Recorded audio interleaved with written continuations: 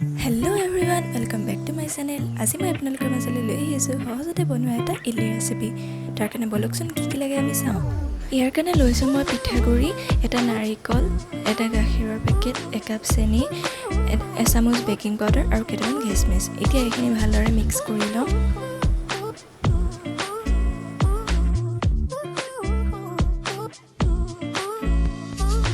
এইখিনি ভালদৰে মিক্স হোৱাৰ পাছত ইয়াত মই একাপমান পানী এড কৰিম।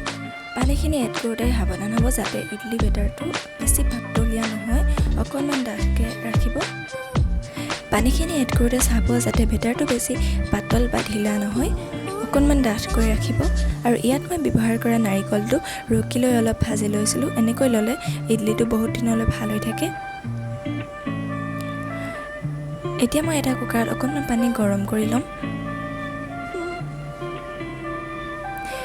ইডলি ষ্টেণ্ডডালত অকণমানকৈ ৰিফাইন সানি লৈছোঁ যাতে ইডলি বেটাৰটো লাগি নধৰে। আৰু ইয়াত মই এচামুচকৈ দি যাম। দিয়াৰ পাছত ওপৰত এটাকৈ কিচমিচ ডেকৰেশ্যনৰ বাবে দিম। আপোনালোকৰ ওচৰত বাদাম চাৰি যি থাকে তাকে দিব পাৰিব।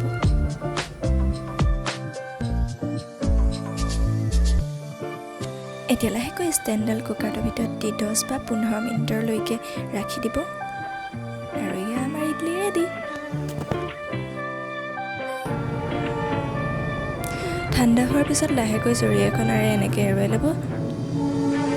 আৰু মই এটা ইডলি ভাঙিও দেখাইছোঁ, চাওক ভিতৰৰ পৰা কিমান ধুনীয়াকৈ সিজি উঠিছে। যদি ভিডিঅ'টো চাই ভাল পালে তেন্তে প্লিজ লাইক, কমেণ্ট, শ্বেয়াৰ আৰু মোৰ চেনেলটো ছাবস্ক্ৰাইব কৰিব নাপাহৰিব।